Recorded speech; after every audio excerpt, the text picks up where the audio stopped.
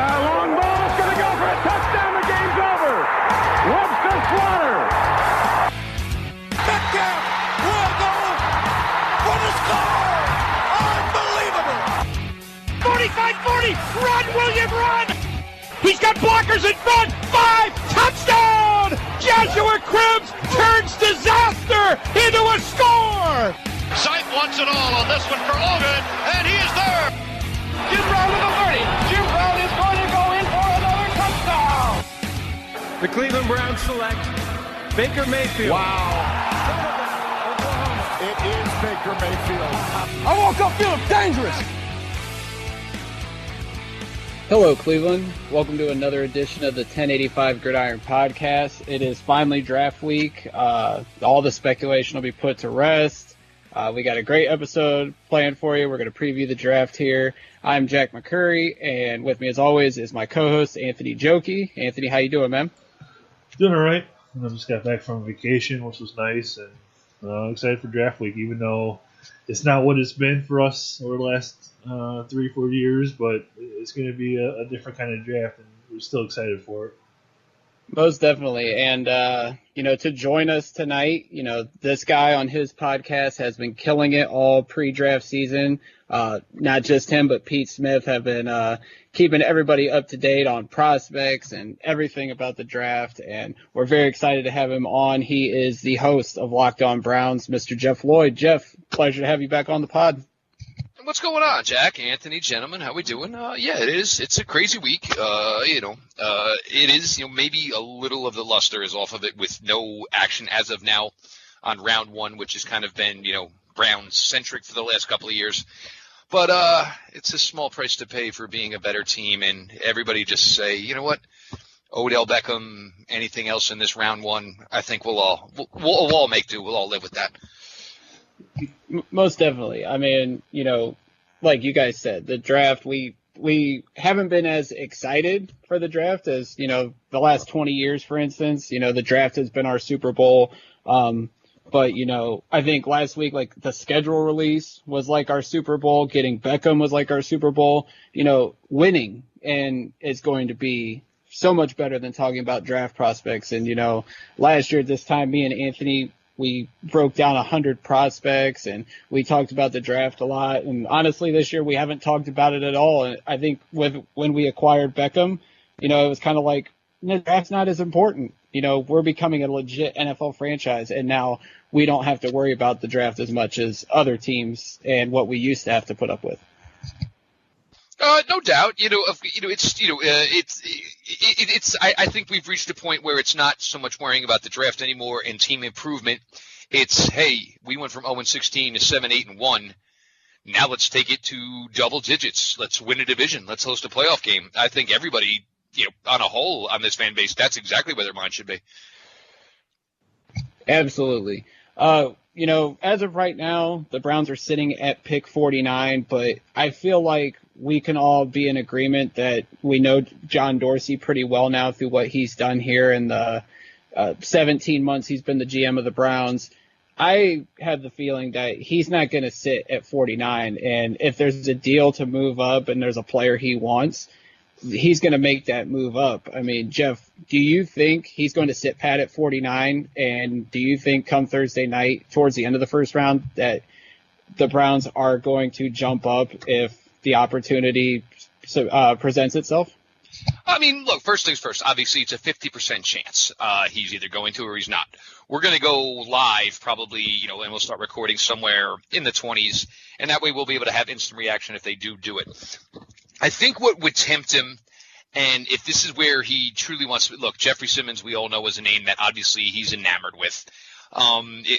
Personally, I just don't like the move. It's a myriad of reasons. Number one, Jeffrey Simmons, even if he was healthy, he probably wouldn't be a starting defensive tackle on this team. Those are needs you've already filled.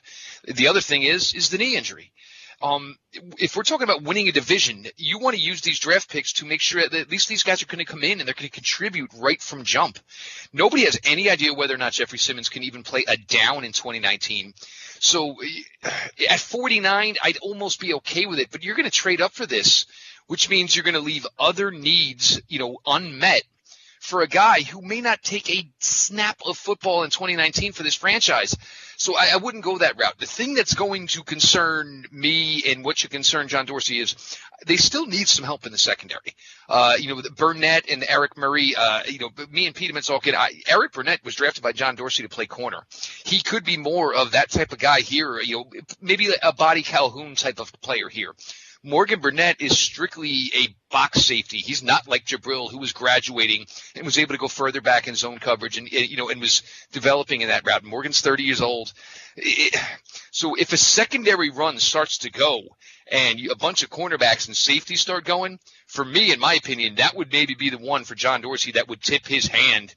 And now that Seattle's got 2 first-round picks, and I'm not sure they're going to want to pay either one of them, I wouldn't be surprised if they get on the phone with Seattle and start talking about maybe jumping into one of those spots. And, you look at Oakland, they have 3 first-rounders. There are 2 other teams that have multiple first-rounders, but both the Seahawks and the Raiders have those extra first-rounders towards that later half of the first round, which could make sense for the Browns. You mentioned secondary. What other positions? I could maybe think, maybe offensive tackle, but I don't know what their investment in Greg Robinson for this year and, obviously having Hubbard at right tackle, I don't really think that'd be something to move up for unless you really think that will be a guy who will step in at left tackle, later in the year or even the following year and be that guy for 10 years. Well, the thing is, the guys like that usually aren't available in the 20s. That's the issue with that. Those guys normally, they go up quick unless they got a wart. So, that's what you worry about. But look, if Andre Dillard is there in the 20s, I would sign him and I would trade Chris Hubbard. I would take a 7th in 2028. He's just a much, much, much better player. But those guys usually don't tend to fall. But look, I don't disagree. Look, if you're going to look at it, based on you're going to go into 19, and Pete made a great point on this last night. Greg Robinson, most likely this is going to be his last year either way, because one of 2 things is going to happen. He's going to play really well, where he's going to command a 4-year, $50 million deal, or he's not going to play well at all, where you're going to be like, well, forget it. We're just moving on. We're going to go find a left tackle. So, Greg Robinson, most likely 2019, will be the swan song here. Chris Hubbard, I think Chris Hubbard did a masterful job in the limited opportunities he got with with the Pittsburgh starting in 2017. He did just enough to bait somebody into giving him some decent money. He played better in the second half, he did, but I don't see a long-term future for him either. And obviously with Baker Mayfield and all these skill guys you brought in, you're going to want to address that. I just don't know if there's going to be a guy there. And I think part of the thing is also was with the hiring of Aaron Campman as your offensive line coach. I think you kind of hired this guy with the theory of it's okay to get a mid-round offensive lineman, because Aaron Campman is one thing basically his MO in the league is developing offensive linemen who were mid-round picks and teaching them and working with them what they didn't know to get them to the level that they needed to be on. So, maybe not there, but hey, you never know. Pass rusher, you can never say no to, especially if you're going to be a contending team. If you can't help out your coverage by getting more defensive backs, how can you help out your coverage? By getting better pass rush. So there's be opportunities. For me, I'd be more inclined to maybe jump up from 80 and get closer to 49. So if you got 49 and somewhere in the 60s, the heart of this draft is probably in that 25 to 80, that 25 to 70 range. So if you wanted to move up from 80, kick up either the 7th, the 6th, whatever the change is going to cost you, I think it'd be more beneficial for them to maybe get 2 of the top 60 players in this draft than to say possibly 2 of the top 80 players in this draft. You did mention talk about trading up for a pass rusher, and the one name that comes to mind is Montez Sweat. And, the reports this week are that he may be slipping. He actually elected to stay at home instead of coming to Nashville for the draft. Do you think that if he were to slip down towards the back end of the first round, that would be a guy Dorsey pursues? I'm sure he watched a lot of Jeffrey Simmons. I'm sure he had his eye on Montez Sweat as well. Yeah, and look, Montez Sweat, it's terrible that you hear this in the medicals. And the other thing, though, is you're getting such condescending reports. And, and some of these guys, some of the guys who are given the information are the ones getting, dragged into it, like Dane Brugler. He's just telling you what he's heard. There's some teams that say, no, he's just going to require an extensive physical every year before the season starts. Then there's some, these teams aren't going to touch him. And I'll tell you right now, these teams that say they aren't going to touch him means they won't touch him in the first round. But in the second round, yeah, they'd be running up to beat the band to grab him. But it's tough. But, yeah, I mean, Montez Sweat could be one of those guys if it were round one. Ja'Kai Polite, look, I mean, even though his draft cycle stunk and it was terrible every turn, he just did everything wrong. You turn on the 2018 tape at Florida, and the guy was a beast. He was fantastic. And keep in mind, you already have your top pass rusher on this team. So anybody else you bring into the fold, their life should just be that much easier. A guy like Ja'Kai Polite, and look, and he's one of those guys where I say if you want to trade up for 80, because there's a guy that you're really looking at, Ja'Kai Polite would be one of those guys. I mean, yeah, the draft process means a lot, but the tape still's got to mean something at the end of the day. It's just a question of whether or not, Polite is been humbled and basically been kicked in the stones by how bad this all went. Is he going to come in hungry? Is he going to come in, come in and fight? Is the basically the lamp relit for him? So he's definitely a guy I would look at. Montez Sweat, I wouldn't say no to, but as good as Montez Sweat is, you got to think there's going to be teams who are going to say, look, if I can get a guy I thought was going to go 12 at 26 or 27, and I'm getting a started defensive end here, there's teams who probably have a greater need that would probably pay a little bit more premium to get up, in front of Cleveland, even if Cleveland was trying to chase down that same guy. Every year there's those guys, that you expect to go maybe that later half of the first round that fall into the second, maybe even to the third round. So if the Browns were to stick at 49, who are those guys towards the end of the first round that could potentially fall all the way down to that 49 pick? I'll be honest. I still don't think the rest of the league is up to where I am with Justin Lane. Justin Lane is almost a 6'2" cornerback. He runs a 4.5 flat, has an 82-inch wingspan. He can jump out the gym. The only thing the kid needs is more reps and more experience. There's safeties, Juan Thornhill, Darnell Savage. These guys should be considered first-round prospects. Their tape was outstanding. They were great tacklers. They should be considered first round. Maybe it's just one of these issues where, Juan Thornhill's 23, Darnell Savage, I don't know why they are sleeping on him. I mean, the kid ran 4.35, and you can play him at the safety position, and he'll get his nose dirty. Guys like that are invaluable. It's weird what's valued in this draft class and what's not, and it seems the safety class isn't. When these guys all had really good tape, all had really good production, and all really tested very, very well. But, between those two, Chauncey Gardner-Johnson, Justin Lane, one of those four names is going to be available at 49. And at the end of the day, it's a crime that one of those four are going to be available.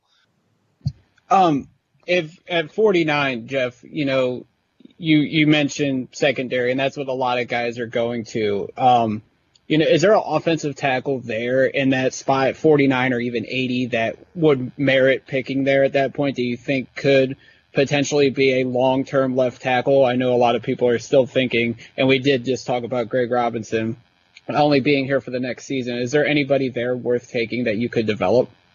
80 may be a little early, but out of Elon, his name is Oli Uda, and he is basically everything you're looking for. The problem is he's just inexperienced. He has lack of competition, and like I said earlier, this is the type of guy you hire for this guy you brought in to be your offensive line coach. And tell him, say, look, I don't need the kid necessarily this year. If it comes to the point where he can play this year, that's fantastic. But, he's almost 6'5", 320 pounds. He moves really, really well. He's got to learn how to sink his ass a little bit better, to basically sustain his strength, against bull rush and against any pass rush, get a little bit quicker feet. But these are all things he can do. I mean, it's hard to work on your game when you're so good at the level you're at, because you don't know what you need to work on yet. Obviously, the bullets will come flying really fast in the preseason. But Oli Uda, maybe 80's a little early, but there's teams that are high on him and very heavy on him, and everybody always loves that you meet every other box other than experience and what you don't know yet, because, every NFL coach thinks they know everything and they can turn anybody into the next Pro Bowler. When you look at the Browns, obviously Dorsey has been kind of in win-now mode with the moves that he has made this offseason.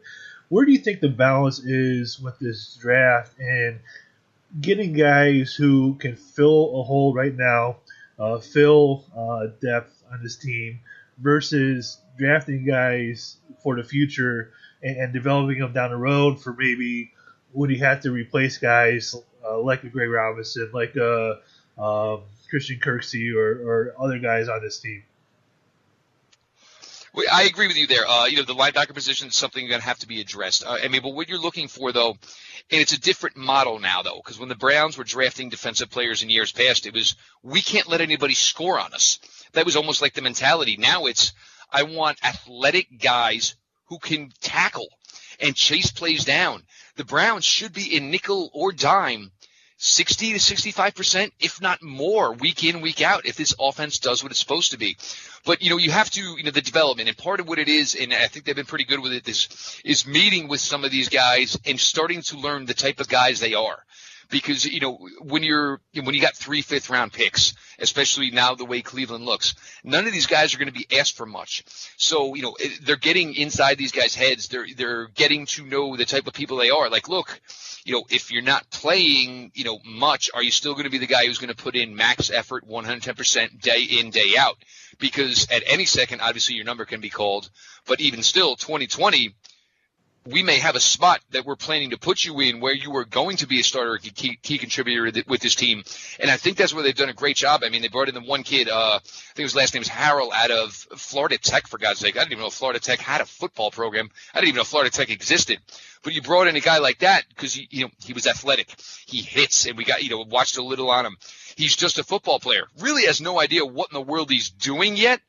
But that work ethic is there, the athleticism there, everything you're looking for. But he's going to need a year to be around an NFL team and kind of figure out what his role is going to be. But you absolutely have to be looking some to 2020 with some of these selections you're making here in 19, because I know everybody has fun talking with the cap and no, it's not a thing. No, it's not, possibly not a thing. But it is. I mean, and everybody, every time they see, oh, well, they've reworked that contract. Look at that. You can't rework Baker Mayfield's contract. You can't rework Myles Garrett's contract. These guys are going to, even on the rookie deals at number 1 overall, these guys are going to start to count and assume up a lot of that cap. So you have to find cheap alternatives somewhere. And that's where with 3 5th-round picks, you hope you can hit on those guys. And even if they're not much in 19, you're going to rely a whole hell of a lot on them in 2020.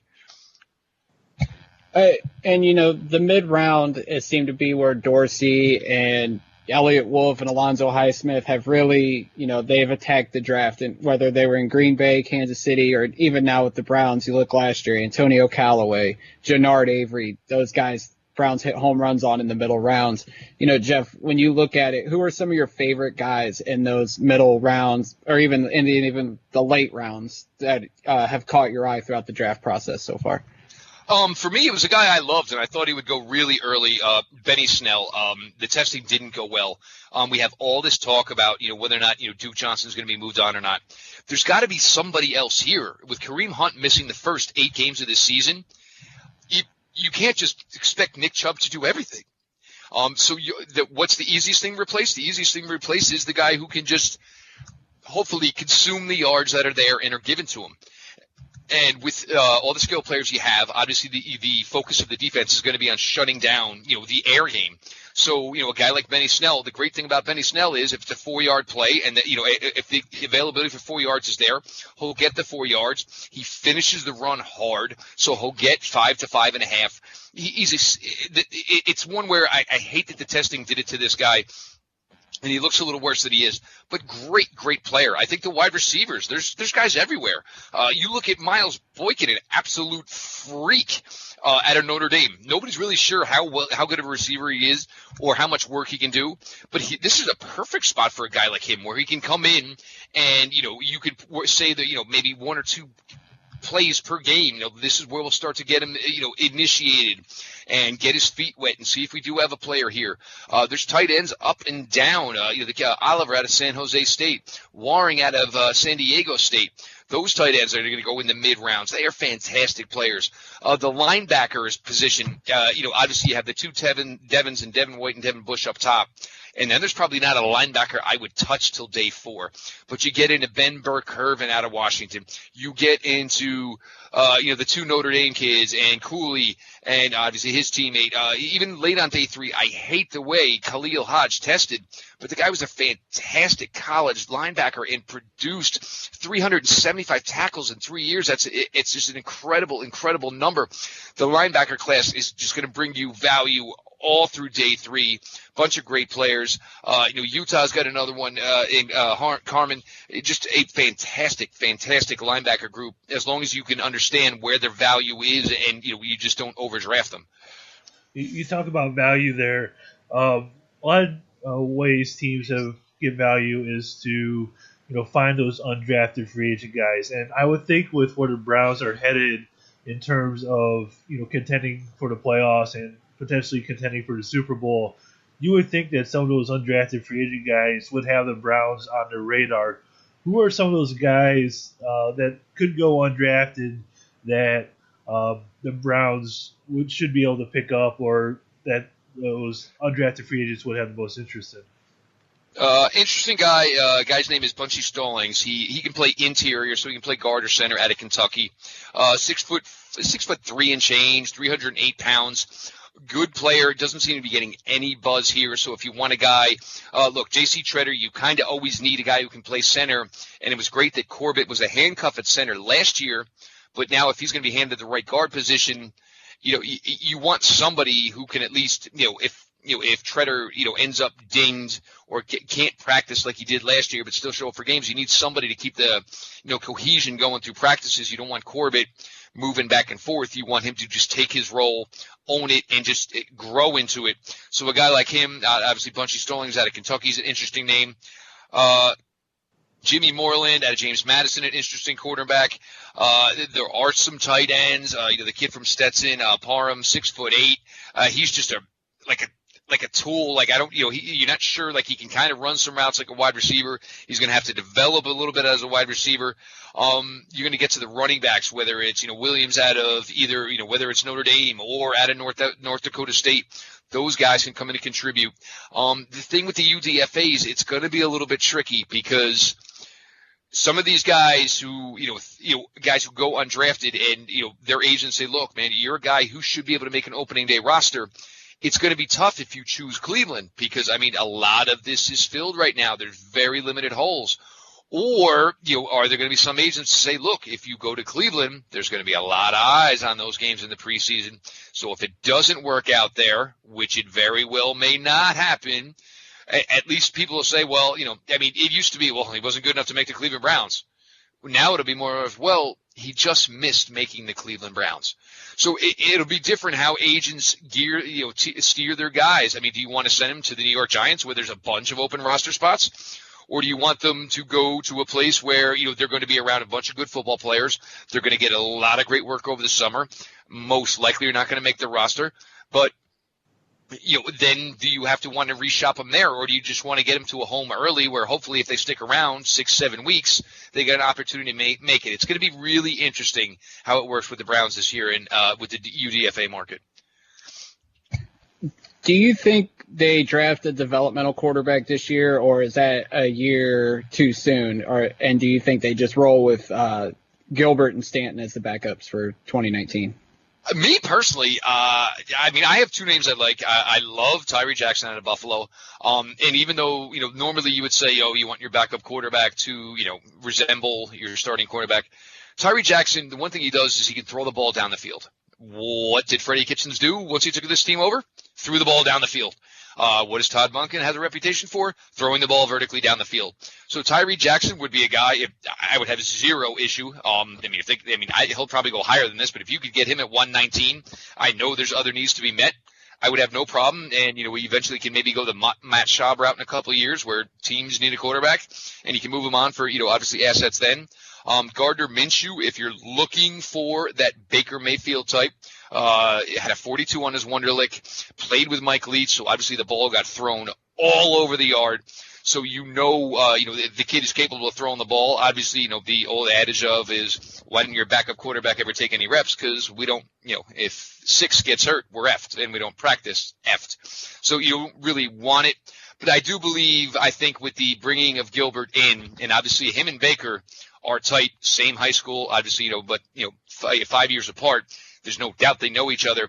So maybe Gilbert would grow into be your Stanton But yeah, I would say they don't. But there are some guys in this class I do like.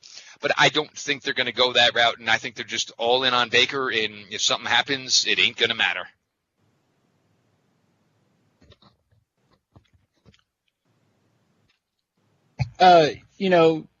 With the NFL draft, there's always, trade rumors and potential player trades going. And, the Browns are tied to some of these rumors and whatnot this weekend. Jeff, do you think the Duke Johnson situation gets resolved this weekend, or do you think he is still on the Cleveland Browns by the end of the draft? I don't think Duke Johnson will be here come Sunday. I don't. And look, as much as I think it's the Browns don't know how to use him, or the Browns can't find a big enough role for him. And look, Nick Chubb obviously just came in and flew right past him as far as, it being more important, to the offense. And it sucks. But I do think a lot of this is Duke. I don't know how I feel about the Browns putting it on Duke because, Duke has now heard the same song and dance now for 4 years. Oh, don't worry. We're going to find a way. We're going to find a way. And we've heard this story now for 4 years. The guy wants to play ball. I mean, this is all he's done his entire life. So, I mean, he's to the point where, look, if there's somebody that's willing to give me the ball 200 times a year, that's where I want to go. And, I can't blame the guy for it. I think his value, and I did a bunch of asking around. Right now, the Browns would like a third or a fourth. Everybody else seems to be offering a fifth. He's definitely a better chip here. Say, like where I brought up of maybe moving up from 80. So you say, all right, we'll give you pick 80. We'll give you pick Duke Johnson. Give me pick 63. I think this is where he becomes a better asset where at least you can live with the return because if you're trading up, obviously there's a target you have in mind. So obviously that's more appealing than just saying, all right, well, if you were to do it today, okay, give him to me, give me pick 97 and we'll go on from there. So it's definitely – I think it's done. I mean, there's just way too much smoke to believe there's not fire here. But I do believe once this weekend's over, I think Duke Johnson, sadly for us, because we all enjoy the guy, we all enjoy the player, but I just think there's just not a role for him with this team going forward. All right, I know this podcast is about to get very good because this topic kind of blew up on Twitter today. Albert Breer was on Ryan Russillo's podcast, and he talked about one of the guys that could get moved this weekend is Joe Schobert. I don't see any reason why the Browns would do that, but Jeff, if the Browns were to make a move like that, trading away Joe Schobert, what do you think the return would be, and how does it impact this defense going into next year? Well, first things first, what it'll tell you is if you play for the Cleveland Browns, do not go on the Locked On Browns podcast because that will be now Kevin Zeitler, who have been traded. That would be Joe Schobert, who's been traded. Damian Ratley, wherever you are, don't sleep too tight and keep the phone by you. I don't get it. Like, what? And as I mentioned earlier, this team is going to go nickel dime 60 to 65% of the time.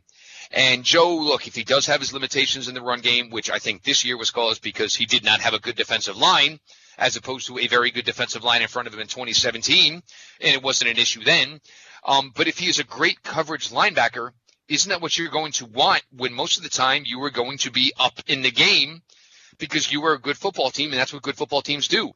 Part of it is John Dorsey going to continue with the run of, I don't really care about paying linebackers. And some of that will be because the money's going to be allotted elsewhere, and it's going to be given out elsewhere. But it makes no sense whatsoever. And if you need any evidence of why this is a dumb idea, fire up the 3 games last year where Joe Schobert was gone. And look how bad it was because that's all I got to tell you. It's an absolute mistake. There is no reason to move on from Joe. Him and his wife, they love it here. You drafted Joe, granted John didn't, but you drafted Joe in the 4th round as an outside linebacker with pass rush and edge. That's the guy he was. That was his MO. That was his scouting report. You needed someone to play middle linebacker. Joe took on the role. Joe busted his ass, watched film, got everyone better. 2+ 100 tackle seasons in a row. even with missing 3 games this year. And he is the key. If you were going to draft players on defense of this Cleveland Browns and he took them in order, he wouldn't go very high. But he is the key that makes it all happen. He is every sense your Mike middle linebacker, and it all runs through him. It would be such a dumb idea. And my issue now is, why are we now, when the draft's about to start in 2 days, looking to create a hole? What do you get for Joe? I'll be honest, I don't know. I mean, is Joe maybe worth a top 100 pick? Maybe, I guess. Are you going to use him to jump up again? But what do you jump? I mean, what are you going to jump up for? I mean, the 2 best. I mean, because if you lose Joe, you got nobody to replace him. And there's nothing you can do to get anywhere near Devin White. There's nothing you can do to get near Devin Bush. Maybe those guys right now, they're not as good as Joe. Maybe they one day could be. There ain't another linebacker in this class that could even, is qualified to, cut the grass compared to Joe Schobert. It's just dumb in every sense of it. And I don't care about this, whatever, if it's not my guy thing or whatever. Does that mean Myles Garrett's next because he's not your guy? It's just a dumb approach. But the good thing about it is Albert Breer, about this time of year, he hits about 1 for 10. Right. I liked what Stephen Thomas said on Twitter. He goes, if I'm the Browns and moving Joe Schobert, it would have to be in a deal for something bigger. And, I know everybody's going to go to, the Von Miller and Jalen Ramsey card because that's what everybody likes. Oh, well, the other one is, Jadeveon Clowney's always another one. Yeah, that's another one. Because that's bringing an edge rusher who's not going to start here either. Because that's a great move. I mean, trading Schobert makes no sense. I mean, everybody will bring up, he led the league in missed tackles, which is a PFF statistic. I mean, I just can't see why they would move him other than financial reasons, like you stated. I mean, maybe he's looking at potentially getting a Mosley or Anthony Barr type contract when, he enters the market. But other than that, there's no reason to do it. But when you move on from Kirksey, you have Joe's money. So, I don't know. It's, this is one, I don't know. I'd be more concerned if it came from somebody Cleveland related. Because, I mean, as much as I want to pick on Mary Kay, she mentioned Zeitler as a trade option, and she was right on that one. Albert Breer, I don't know. It just seems like throwing spitballs at the wall, and I don't know. I don't think you're going to get the value. And the other thing is, I don't know how you are going to replace your middle linebacker. And the thing is, with everything that is now on the line, and it feels weird to say that with the Cleveland Browns, the schedule fell right. All these primetime games. You're bringing in a whole bunch of new guys on defense. Why would you escape from the guy who's kept this mess together over the last 2 years and actually made this defense credible and good? And it's because he'll do the work. It's because he'll watch the tape. It's because he'll sit down with younger teammates and answer questions. It's a colossally dumb move if they even approach it. When you look at potentially adding linebackers, I feel like someone we've been pounding the table for on Twitter is Jets linebacker Darren Lee. I mean, it seems like at a point he's going to be moved. This weekend would make a lot of sense. What's the highest you would give up for him to bring him in and add him to the linebacker room, which obviously we need some dogs in there? Well, I would have, earlier in this process, and I had probably pegged. And it's funny, some guys now are trying to write pieces where they say, maybe it'd be a good idea to, go ahead and acquire Darren Lee. I've been talking about this for 6 weeks. First things first, why would you want to acquire Darren Lee? He's fast as hell, and he covers very well. His PFF coverage grade was almost 84. That's basically all he gives you at the linebacker position. So let's see if we're going to play a lot of nickel or even dime. He's a better athlete than Joe Schobert. There's no denying that. So run and chase and cover, that's all stuff he is capable of, Darren Lee. And the Jets, well, we'd like a third-round pick for him, and this has been the consensus with guys I've reached out to. You're asking for a third-round pick for a guy who currently does not have a starting position on your team because you're still playing the 3-4 and you have 2 inside linebackers. So what are you going to do with him? He's not an edge, so he's useless to you. He was suspended for the last 4 games of the 2018 season. Like, the Jets played this so wrong to say we want a third. And well, now you're still sitting here with him, and the draft's about to start in 2 days. Look, I got 3 fifth-round picks. Give me them. Right now he's a wild card. Even if the Browns were to give up a 5th-round pick for him, Lee could screw up, which means, all right, get out, you're gone. B, he could get suspended again, which means it's a gamble there. There's just so many factors, and to ask for a 3rd-round pick for this guy who's underachieved for his career with the New York Jets. Look, just take the 5th-round pick, be happy about it, and the only reason the Browns are doing it is because he's got some NFL film, and they know he can cover, and the Browns should be ahead in a lot of games, so they're going to need guys to cover backs out of the backfield, whether it's James Conner, whether it's Joe Mixon, those types.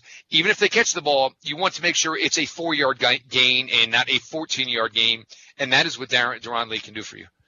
To wrap this straight talk all together, so let's say, hypothetically, the Browns move Joe Schobert for a top 100 pick. They give up one of their 5th-rounders for Deron Lee. How much of a drop-off do you think there is in terms of your linebacker play and your coverage and your tackling?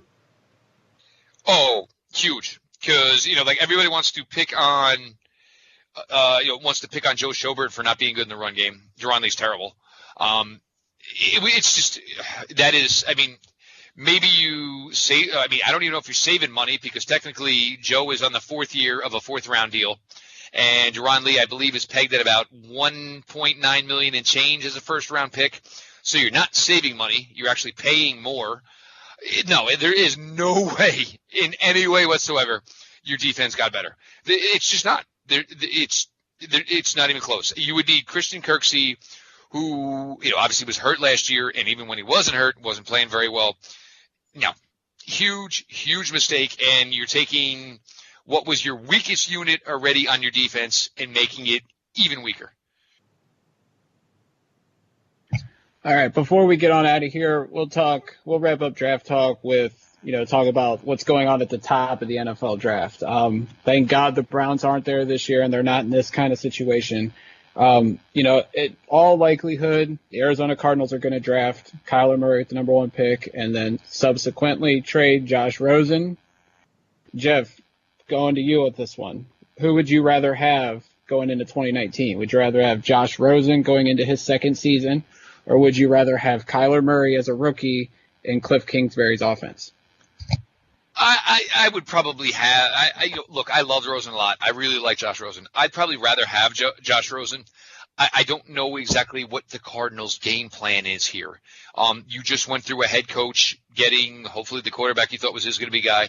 You fired him after 1 year. Thank you. We'll take Steve Wilkes. We're good with that. Appreciate it.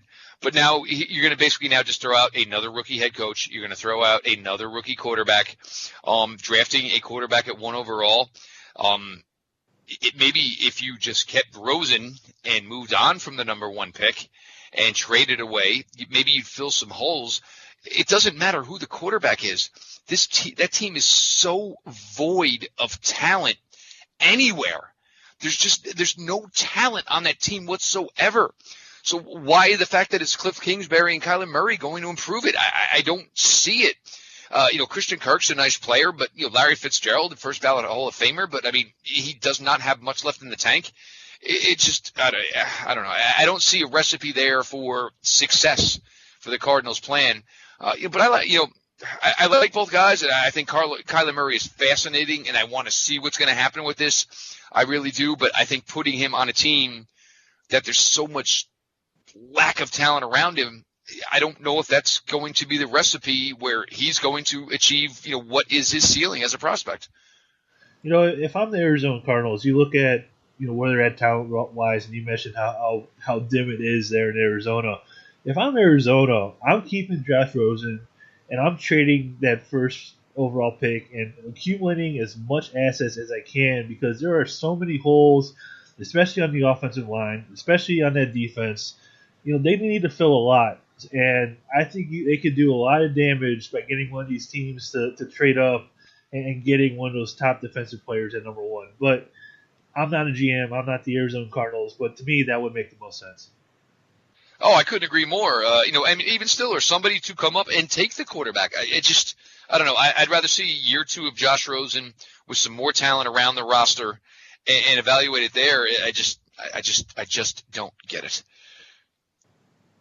And then our last topic, after Murray goes number one, which we're all expecting, the big debate is who is the best player in this draft? Is it Nick Bosa out of Ohio State? Is it Quinnen Williams out of Alabama?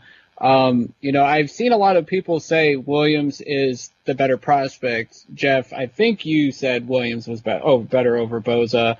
But correct me if I'm wrong and explain why you think one is better than the other.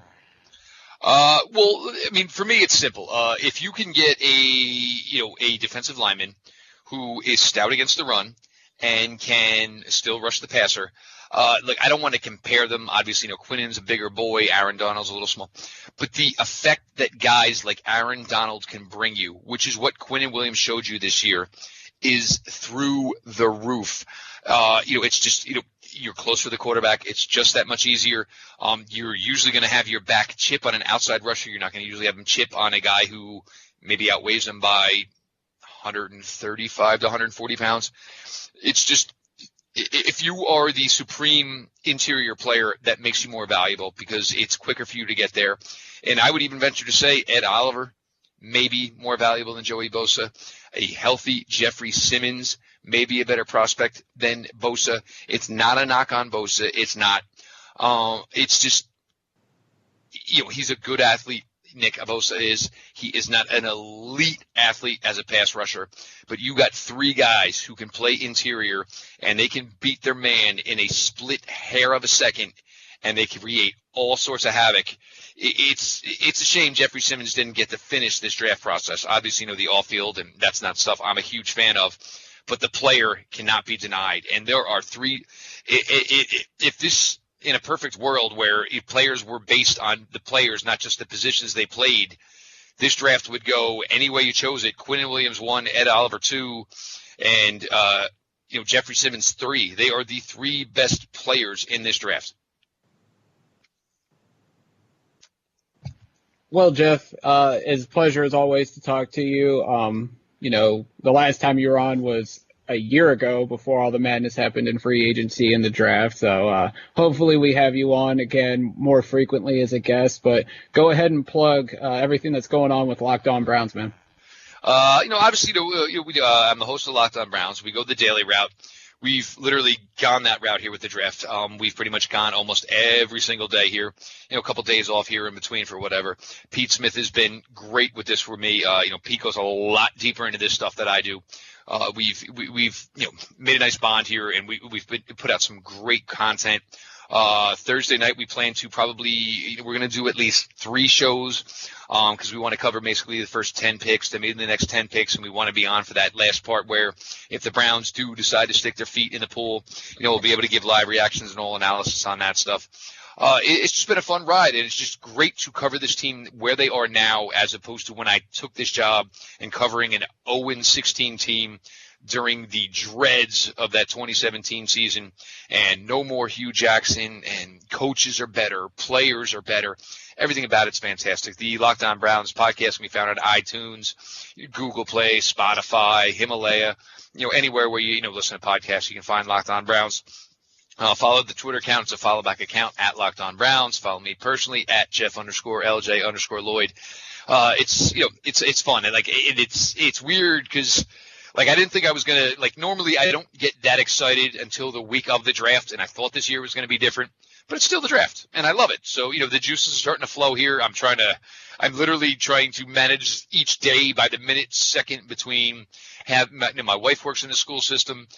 So she's on spring break. The kids are on spring break. Everybody's everywhere and trying to manipulate every second. I'm like, I don't care. I will do anything you all need. But come Thursday after 7 p.m. Eastern, it's almost like the Bradley Cooper gif from, The Hangover. I don't know you people. I don't know you people. Just leave me alone. We really appreciate it, man. You are a wealth of knowledge when it comes to the Browns and obviously the draft. So we appreciate you as always. Anthony, as we get on out of here, you got anything you want to plug? Of course. As always, be sure to follow me on Twitter over at Anthony Joki. Be sure to follow our podcast at 1085 Gridiron. you can follow that on Twitter and on Facebook. You can find the podcast on any platform that you can think of, like Jeff mentioned. We're on all those places as well. So be sure to, obviously, if you're listening, you found on one of them, but we're on everything else as well, including Spotify, iHeartRadio, pretty much every platform. And you can follow me on Twitter at jmccurrycle.